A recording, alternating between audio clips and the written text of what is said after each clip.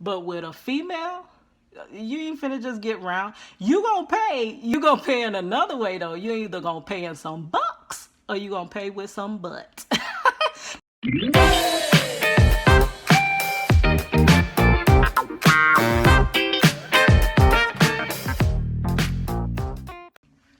Yay! I am so excited, and I know that you know why. And I'm returning to YouTube. I was on YouTube years ago, but it just didn't go anywhere. So during this whole shutdown, I've been researching and gathering content and just learning a whole lot of new information, applying what information I already know from what I've learned in graphic design school and a lot of other things. I've just been applying them all together, and I am relaunching my channel because I believe I have a story and I want to tell my story before I leave this earth. I just want people to know, why I was here, who I was, and this and that. So anyways, I was on YouTube like back in 2013, but it was mostly just to promote my music.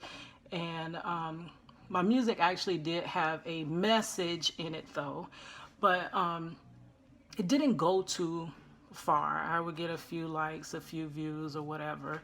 And I did not know that there's like this whole like knowledge behind promoting and putting up your videos. You're not just going to put a video up and it grow to be, viral. That's not going to happen. And anyways, I don't have to go viral. I don't care. I just have a project that I'm trying to get out to the world. And this is the tool that I'm going to use, plus a few other tools. So anyway, Project Reach the World started back in 2006. I just uploaded my What is Project Reach the World video, and it has done much better than any other video I've ever uploaded. So if you haven't checked it out, check it out. It is going to be linked in the description box, so you can always go back to that. But in that, I describe in depth why I do what I do, why I draw my drawings, why I paint, why I do this, it's all for a reason. I don't just, aimlessly do stuff. Even though I am a Gemini and we are kind of like free spirits, so I don't have a quite map of what I'm doing, and it is coming together, but I do things for a reason. So it actually started out with my music, and the reason I stopped rapping, I think that's what I'm going to get into on this video here. The reason I stopped rapping, well, let me just tell you, like back in, I think I started in 2006, and I really was a spoken word artist. I used to do poetry, and it was a way that I could release stress. I always been a writer. I always release my feelings through my artwork and things like that. So I wrote my best poems when I was angry, or sad, which sadness followed me way more than anger because I'm like a mild, mellow person. So I would release all my feelings through poetry. Well, back in 2006, which was a few years after my daughter's father was incarcerated, you go into a depression, which I can't completely blame it on that because I was kind of a child that went through a lot of depression, which I now am finding out what that is. But back then I knew zero about it, and we just didn't talk about it, and that's what it was. So I was depressed. So to release all those emotions and stuff, I started doing poetry.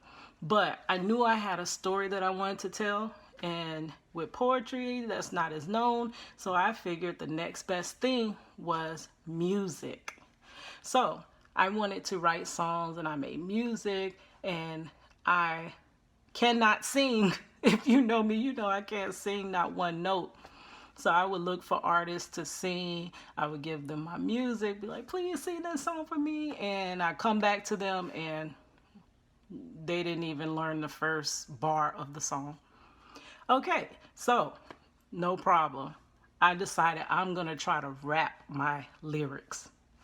And that's what I did. I started trying to rap, and I just got better at it. I'm not going to say I started out on no good note, because it was crazy. I didn't understand bars. I didn't know none of that, because poetry, you can ramble on a line as long as you want to. Stop where you want to. Do what you want to. Speed up, slow down. It's like free form. So with rap, no, there are a set of rules, even though it is, you do express yourself, but you still express yourself within guidelines and rules, similar to graphic design. Art and graphic design is completely not even the same. Even though you think they're very close, art is free. Do what you want. Who cares? Put this, put that, add this with that. Graphic design is not so much the same thing, and that is probably one of the reasons why I struggled so much with graphic design whole time. Okay, so anyway, so we go back to rapping. And back then, like, I used to promote any and everywhere I went, all the time, all day, every day. I was in promoting mode. I didn't have a team with me. I didn't have anybody that was working with me. I didn't have nobody that really, I had a few people, but nobody really had my back in the industry like that. So it was all me that had to do pretty much everything. So I was fine with that. This is my dream. I'm cool with it. I'll put in the work. So I put in the work. Everywhere I went, I was promoting. Even when I was a door greeter at a big superstore, I would be at the door dancing, hey, welcome to such and such place, and dancing and rapping. And I would always keep a copy of my demo around my neck all the time, anywhere I went. Didn't even matter where I was going. I had that demo on. And when people would inquire about it, oh, okay, here it is. I give them my demo. And back then we had MySpace. I used to love MySpace. But anyways, I guess I just told you my age, but who cares? I'm cool with whatever age I am. I just celebrated 39. Yay! Anyways, so we went back to, we was on my journey at the superstore. Yeah. So I worked overnight. I kind of hated that job. I kind of hated myself because I worked at that job and I got stuck in a rut. If you don't know, working overnight is a very difficult thing to do. It kind of throws your whole body off whack. It throws your hormones, your emotions. You get depressed. On top of my already depressed stuff, I went through that depression, and you kind of feel hopeless. But what gave me hope to get out of this, that one day I don't have to work overnight, that one day he won't have to be in prison, that one day I won't have to struggle and work all these jobs and stay in school and do this and do that. One day, that's what I was working for, that one day. One day ain't really came yet, but I guess, I'm better than I was. But I would just be rapping all the time, and I would hand out my demo. The thing about demos is every time someone gave me their demo, I always, as common courtesy, listen to their demo. This is this person's heart. This is their, being an artist, you put your all into your work. And it is, as an artist, if people don't see your art, you kind of feel pointless, because I can make all this beautiful art, but if I just look at it, what was the point in it? My art is for others. It's not for myself. So I gave that common courtesy to everyone else. I knew they were artists. I knew they wanted people to listen to their music, their whatever. So I always gave that courtesy. But the thing with demos is sometimes it's not the music you like. Maybe you can't relate to it. Maybe it's a different genre. So sometimes you gotta force yourself, but I would listen to everybody's demo because that's the courtesy that I wanted in return. Hey, can you please listen to my demo? Like, that's like pulling teeth, asking somebody to listen to your demo. So I would give people my demo and they listened to it.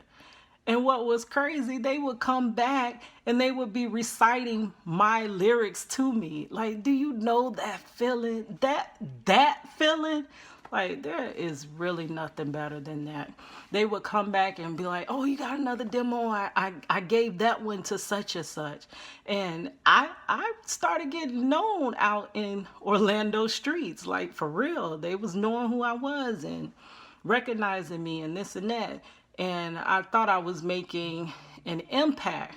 But the thing was, I always had a goal, though. And you'll find out if you watch that video. I linked it down there. Just check it out. It's not going to hurt you. It ain't going to kill you. Just, just check it out. If you haven't already, because I already got some support. So, anyways, I wasn't reaching my goal, though. And that's when I kind of just stepped back. And the thing was, I knew my music had become powerful. I had grown men coming up to me and saying that they listened to my demo and they actually cried. Like, really? Number one, the usual female rapper, a male don't want to hear nothing she got to say. They stay in this box and they talk about certain subjects. And that's about all they talk about. It is very shallow. It's not too much depth. And I was even told by a producer one time that, okay, so we got to just change everything. You got to take this off, that.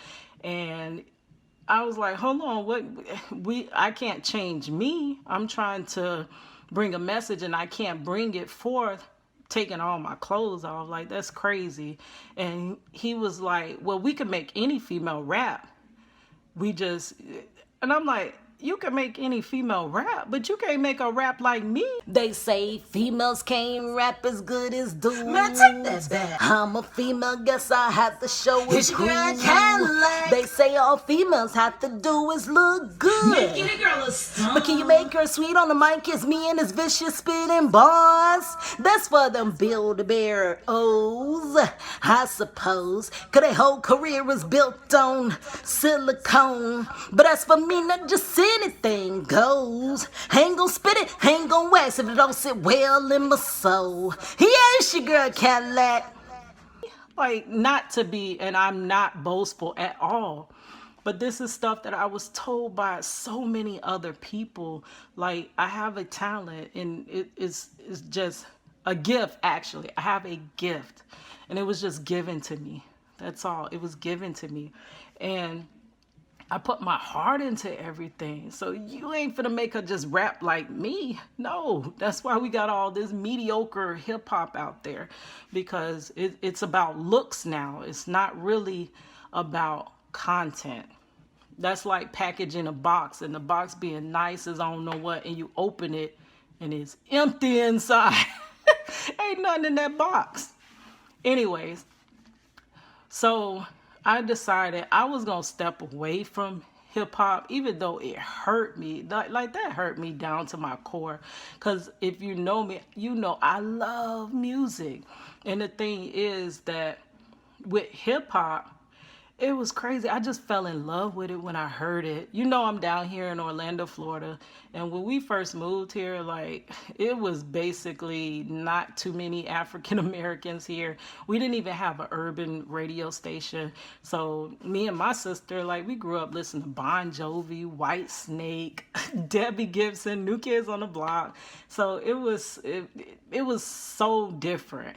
And when I heard hip hop for the first time, it's like, oh, like I just fell in love. I really fell in love with it. It was people putting all this emotion and poetry and art into a musical form.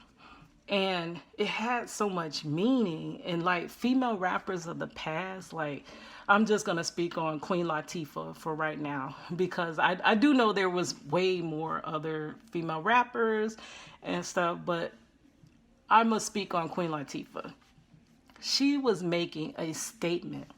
She was for women empowerment. And back then, her, along with a lot of other hip hop artists at that time, they were shedding light on issues, like real issues that are still going on today. Still going on. But they were talking about it back then. Like, that's a lot of the reason why America knows what was going on back then, because hip hop stepped in and told them, hey, it ain't what you think it is. This is what's going on. This is going on. And I wanted to use hip hop to show what's going on. This mass incarceration, people getting locked up, people not having a shot, people, you feeling helpless because you ain't got no money. Like, that's what I wanted to show. And back then, I was told, don't nobody want to hear that. We want to hear about the club. We want to hear about your bag, what's in your bag, and what kind of clothes you got on. And I'm like, but that's nothing. That's shallow. So I stepped away because I noticed I was not making the impact I wanted to make. So I stepped away, but it did hurt me so bad, like, because I love hip hop and it just won't leave me. So, and back then also, well, it's probably different now, but you had gatekeepers back then. Like, it was certain people that no matter how much talent you had, they just stood in the way. They were just there to block the way. And for males, you know, they D-boys and stuff. They can come up with the money. They pay them little gatekeepers, they let them in. But with a female, you ain't finna just get round. You gonna pay in another way though. You either gonna pay in some bucks or you gonna pay with some butt. No, I'm just playing. But that's really how it is. That's really how it is. Unless you are a female that got a strong man behind you that they're like, nope, it's none of that. Keep it moving. And I didn't have that. So I kind of stepped away from it. Now, I know there are rappers now that are, you know, coming. It feels like they're jumping on the bandwagon, but I am glad that they are bringing attention to it and talking about it. But I was talking about it about a whole decade before this.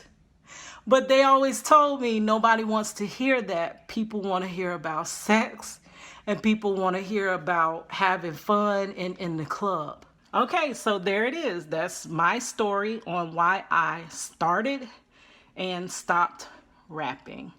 All right, next time. Here's your girl, Cadillac. And I did give music a long shot. But I realized it wasn't that they didn't know who I was. It was that they were trying to change me into what the average female rapper is. And I was not willing to sell sex at all. I have a message. What the? I said, you gotta get. There was like sex sales. And I was told that we can make any female rap. And I'm like, you can make any female rap, but you can't make a rap as good as me. Like, this is talent. Like, I'm not even being boastful, but when people have told you so many times that your lyrics touch them and it touches them to the point where they cry, a grown man tells you that they cried after listening to your CD, like, that's special, because most time men don't even care two flops about a female rapper. Oh, was my hand ashy when I did that? Hold on, let's do this over. No, I could actually just clip that. Because I do pretty bad, girl. What? What? What's that? Smoking too much, Christina and Joel. You. What? I'm about to show this to you. Stop The, No, I mean, no. I said,